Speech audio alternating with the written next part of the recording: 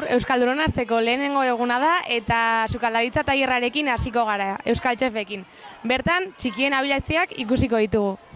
Honekin bilatzen duguna, aurrak sukaldeetara sartzea da, eta ikustea haien sukaldatzearen eginkizuna haiena ere badela. Eta horretaz gain, jaki osasuntsuekin pixka bat esperimentatzea. Bueno, zuek etxean sukaldatzen duzue? Batzuetan. Eta zer sukaldatzen duzu? Saltxitzak, tortillak, espagetiak, arraina, aragia. Dena. Denetarik? Bai. Nire amatxitako huertatik patata fritako zona. Bueno, zer uste duzue ingo duzuela orain hemen? Sukaldatu. Eta badakizue zer?